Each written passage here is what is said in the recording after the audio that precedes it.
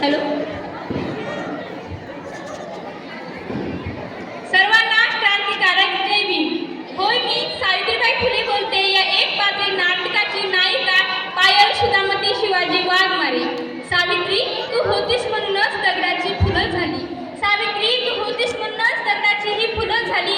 सावित्री, तू होतीस म्हणूनच मुलींची चूल आणि ही प्रथा मोडली.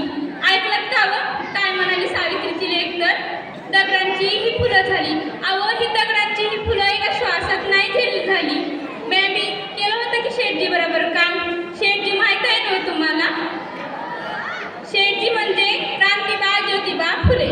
होय, मी सावित्रीबाई फुलते. मवा जन्म नेवसी पाटली कुटुंबाचा झाला.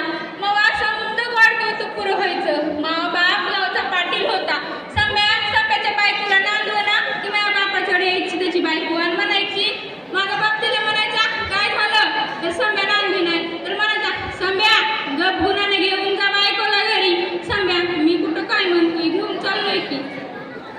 आणि मला पण वाटायचं की माझा बाप सगळ्यांचे प्रश्न सोडवते, मी पण एक दिवस मोठी व्हावं आणि लोकांची प्रश्न सोडवावी.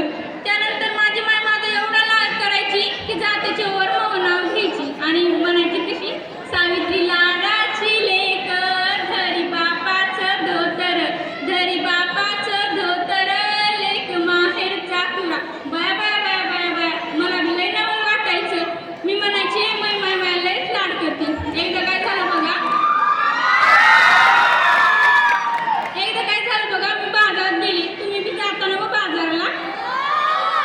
बाजारात गेल्याच्या नंतर माय मला म्हणली, काय घेऊन द्यायचं ग साऊ तुला? मी म्हणलं, मला जिलबी घेऊन दे. तेव्हाच्या काळामध्ये मला जिलबी लय आवडायची. मी आपली अशी खात जिलबी येईल. पूर्ण आला ना इंग्लिश साहेब, गोरा गोरा पान, धारे डोळे, जणू तेव्हाच्या काळचा हिरोच. आणि मला म्हणतो कसा, हे बेबी असं वाटलं जाताना. या बया, मी असा पडदेशी पुढ्याखाली फेकून दिला आणि अशी उभी राहिले. शहाण्या लेकरावनी दिसते ना मी शहाणं बाळ. आणि साहेब मला म्हणतो कसा, पोर हुशार दिसती, पोर मोठी झाल्यास काहीतरी होणार. मी म्हणलो, या बया, माझ्या बाबी म्हणतोय पोर लय हुशार, माझी माय बी म्हणतील पोर लय हुशार. मला बी पटलं, मला बी वाटलं मी लयच हुशार आहे.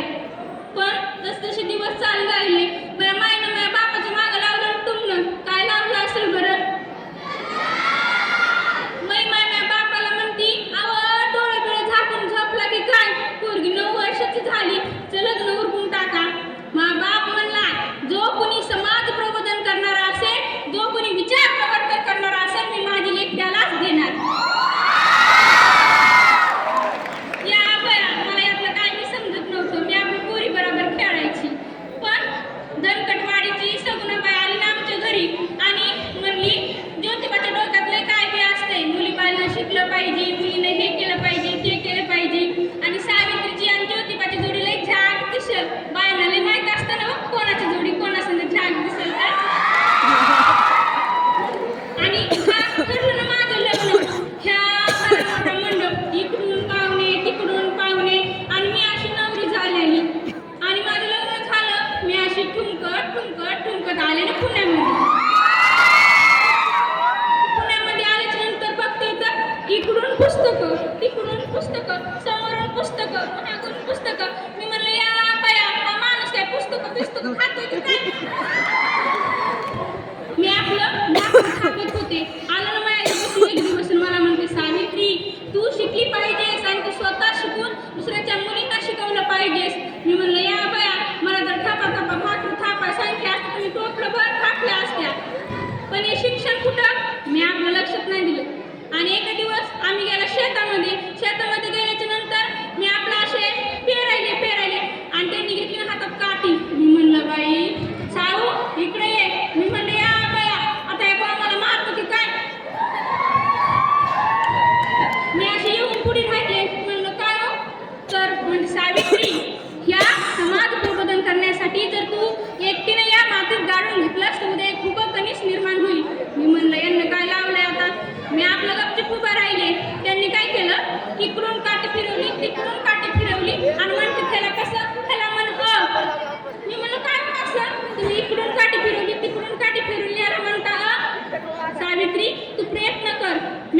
प्रयत्न करायला लागली. मला आलं, मला आलं, पुस्तकातली अक्षरं मला अशी मोत्यावानी बोलू लागली.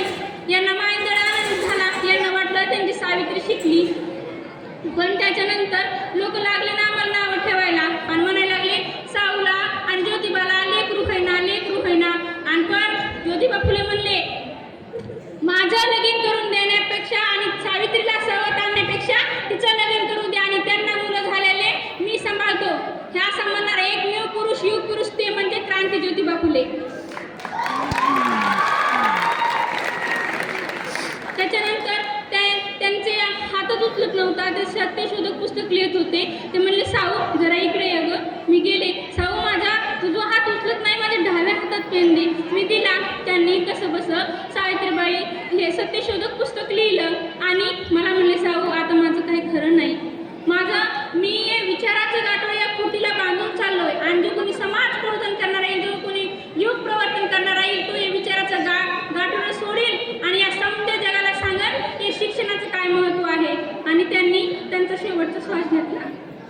पण मी अभि रडले नाही, मी डोळ्यातून टिपूस काढला नाही, कारण मला त्यांनी सांगितलं होतं या समुद्राला शिकवायचंय म्हणून. मी आपल्या मुलींसाठी त्यांनी मला शाळा सुरू करून दिली होती. त्यामध्ये मी मुलींना शिकवलं. त्यानंतर यशवंताला मी दत्तक घेऊन त्यांच्या डॉक्टर केलं आणि त्या मुलांचे इलाज सुरू होते. इलाज सुरू झाल्याच्या नंतर मुलं प्लेग नावाची साथ आली आणि प्लेगच्या साथीमध्ये मी आपलं यशवंताच्या दवाखान्यात माणसाला घेऊन जात होते.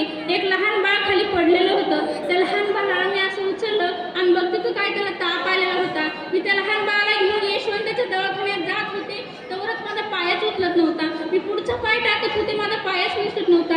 आणि त्याच अखेर क्रांती सावित्रीबाई फुले यांनी आपला शेवटचा श्वास घेतला. धन्यवाद.